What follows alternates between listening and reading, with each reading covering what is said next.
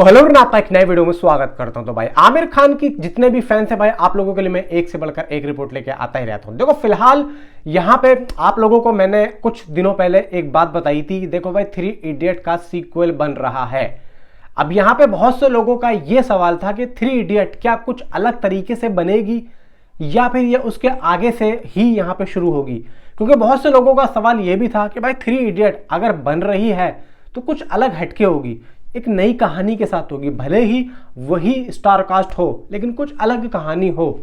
तो यहाँ पे मैं उन्हीं लोगों के सवालों के जवाब देता हूँ और यहाँ पे एक बहुत ही अलग तरीके की अपडेट आई है जो कि भाई मैं भी सुन के काफ़ी ज़्यादा चौंक गया हूँ। और एक बात तो बहुत ही ज़्यादा भाई इस फिल्म के लिए मैं खुश हो रहा हूँ सोच के कि यार ये बहुत ही अच्छा हुआ है, बहुत ही अच्छा। और वो क्या हुआ है ना, बताता हूं भाई। वीडियो को लाइक करो, चैनल को सब्सक्राइब करो। देखो आज भाई आमिर खान का डे है। आज आमिर खान की हैप्पी पटेल का ट्रेलर का भी मैंने रिव्यू दिया है, आप जाके देख लेना। हो सकता है कि भाई मैं कुछ यहाँ पे आप लोगों को लिंक वगैरह दे दूं, आप सीधा उस पर क्लिक कर देना। अब बात करते हैं भाई 3 इडियट की। सॉरी 3 इडियट नहीं, 4 इडियट। आप लोगों ने गलत नहीं सुना है, मैं सही कह रहा हूं। इस बार इस फिल्म का जो टाइटल होगा और इस फिल्म का जो शीर्षक होगा भाई 3 इडियट नहीं होगा, 4 इडियट होगा। अब 4 इडियट मतलब ये तो 3 ही है, चौथा कौन आ गया? वो चतुर नहीं भाई, चतुर नहीं। यहाँ पे कुछ और ही यहाँ पे होने वाला है। क्या होने वाला बताता हूँ। देखो इस फिल्म में सबसे पहले तो आप कैमरे के पीछे के नाम सुनो। राजकुमार हिरानी, ठीक है, और उनकी जो राइटिंग की टीम है पूरी, जो अभी जो है दादा साहब फाल्के के साथ में सारी जुड़ी हुई थी, ठीक है। इवन विदु विनोद चोपड़ा जिन्होंने डायरेक्ट की थी कौन सी 12th फेल, वो विक्रांत मैसी वाली। अब राजकुमार हिरानी और विदु विनोद चोपड़ा सिर्फ डंकी में साथ नहीं थे, समझ लो, डंकी में साथ नहीं थे। और वही चीज यहां पे सबसे बड़ी कमी महसूस कर गई विदु विनोद चोपड़ा की। इससे पहले विदु विनोद चोपड़ा और राजकुमार हिरानी ने सारी फिल्में बनाई हैं। राजकुमार हिरानी ने जितनी भी फिल्में डायरेक्ट की हैं, साथ दिया है पूरा पूरा विदु विनोद चोपड़ा ने। पीके, 3 इडियट, लगे रहो मुन्ना भाई MBBS, संजू, इन सभी में विदु विनोद चोपड़ा भी साथ में थे, सिर्फ डंकी को छोड़ के। और डंकी देखो राजकुमार हिरानी की करियर की सबसे ज्यादा जो है कम चलने वाली फिल्मों में से हो गई। मतलब जो चली है वो कम, नाम जो कमाया वो कम कमाया है डंकी ने। जितना भी बॉक्स ऑफिस कलेक्शन डंकी ने कमाया शाहरुख खान के नाम पे कमाया, सिर्फ और सिर्फ शाहरुख खान की जीत थी उसमें। और यहाँ पे सभी ने राजकुमार हिरानी की डायरेक्शन को अच्छा नहीं बताया। लेकिन अभी यहाँ पे दादा साहब फाल्के लिखने के बाद भी आमिर खान ने 2 बार भाई मना कर दिया कि नहीं भाई समझ में नहीं आ रही है।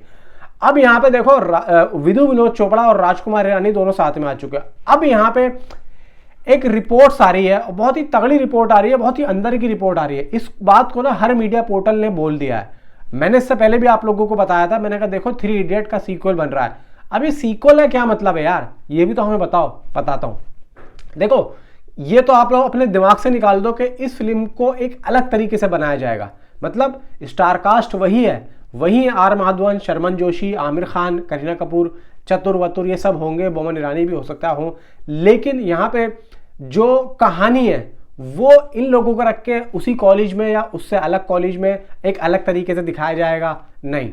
ये जो कहानी स्टार्ट होगी ये ठीक उसी के बाद होगी। यानी कि जो रणछोड़ दास छाछड़ है, मतलब आमिर खान का कैरेक्टर, वो अपनी जगह सक्सेस है।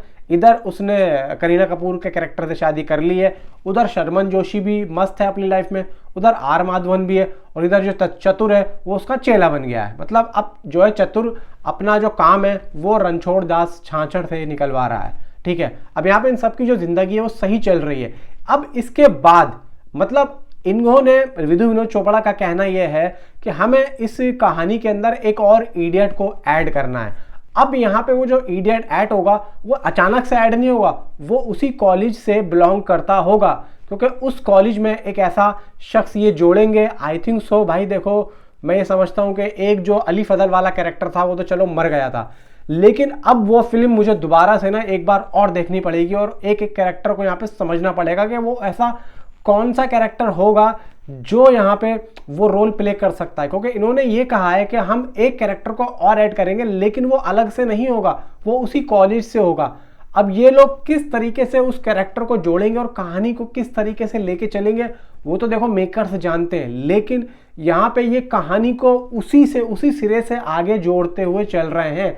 लेकिन इन्होंने ये भी कहा है कि हम लोग अब पहले वाले पार्ट से बड़ा यहाँ पे प्लान कर रहे हैं, और वो हम ये समझ लो कि बहुत ही छोटे लेवल पे हम लोग उसको बना गए, लेकिन अब हम जो बना रहे हैं उसको हम और भी बड़ा बनाएंगे। अब यहाँ पे एक बात और आती है, लेकिन कि इन्होंने ये भी कहा है कि लेकिन अगर हमने जो स्क्रिप्ट लिखी है, इन्होंने 2 स्क्रिप्ट फाइनल की हैं, अगर ये जो 4 इडियट वाली जो स्क्रिप्ट है ये क्लियर हो जाती है, और इसके लिए ऐसा कौन सा नया एक स्टार है जो कि ऑलरेडी आमिर खान जो ऑलरेडी यहाँ पे भाई स्टार हैं, अब इनके सामने कोई ऐसा और भी स्टार कौन सा लेते हैं जो कि ओवरशैडो ना करे किसी को, या ये आमिर खान ओवरशैडो ना करें, ऐसा कौन होता है, क्या होता है, वो तो देखो मेकर्स यहाँ पे जाने। अगर 4 इडियट वाली स्क्रिप्ट पे काम होता है तो मे भी चांसेस ये हैं कि भाई यही सीन चलेगा, वरना जो दूसरी स्क्रिप्ट है आई थिंक सो, मुझे ऐसा लगता है कि हो सकता है कि ये लोग उस पर भी काम करें, क्योंकि 2 स्क्रिप्ट फाइनल किए, लेकिन जो ज़्यादा जोर डाला जा रहा है ना वो 4 इडियट वाली स्क्रिप्ट पे डाला जा रहा है। भाई देखो, मैं जो दोनों स्क्रिप्ट में से ज़्यादा जो एक्साइटेड हूँ ना, वो भाई 4 इडियट वाली में से हूँ। क्यों? क्योंकि देखो 3 इडियट तो हमने देख लिया, अब ऐसा कौन सा चौथा यहाँ पे इडियट आएगा जो कि भाई यहाँ पे एक अलग ही भाई जो है खेल खेलेगा। और इडियट वो भी है भाई जो इनके कॉलेज का ही है, इनके कॉलेज से ही बिलोंग करता है, क्योंकि भाई वो एक सरप्राइज एक भाई मोमेंट होगा, वो सरप्राइज मैन होगा। अब ऐसा कौन होगा भाई? अब देखो यहाँ पे मिलीमीटर वगैरह वो सब यहाँ पे क्लियर है कि भाई उसको दिखा दिया है, वो भी बड़ा हो गया है, अब यहाँ पे वो तो हो नहीं सकता। अब ऐसा कौन है, क्या है? बमन ईरानी का जो बेटा जो तो मर गया था, लेकिन यहाँ पे कुछ ना कुछ तो ऐसा है उस फिल्म के अंदर जो इन्होंने सोचा है और इन्होंने उसमें से कुछ निकाला है। ये बात भाई उस फिल्म को देखने के बाद पता लगेगी, दोबारा से बारीकियों में जाके देखना पड़ेगा। अगर आपको कुछ यहाँ पे अंदाज़ा भी लगता हो तो नीचे कमेंट में मुझे ज़रूर बताना। ये फिल्म का जो सारा जो काम है, मतलब ये फ्लोर पे जाएगी अगले साल 2026 के मिड में, और यहाँ पे जो स्क्रिप्ट लेवल है वो अभी पूरे तरीके से लिखा जा रहा है और सारी चीज़ें तैयार हो रही हैं। मे बी आमिर खान की अगली फिल्म की जो शूटिंग है, मुझे ऐसा लग रहा है कि यही होने वाली है। नीचे कॉमेंट ज़रूर करो। Thanks for watching.